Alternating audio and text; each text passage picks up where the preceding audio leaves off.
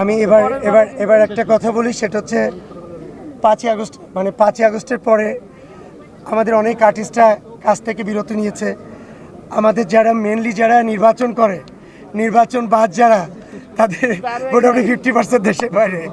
আমাদের খুব কাছের মানুষ যারা নির্বাচন করতে, সেবা করতে পছন্দ করে।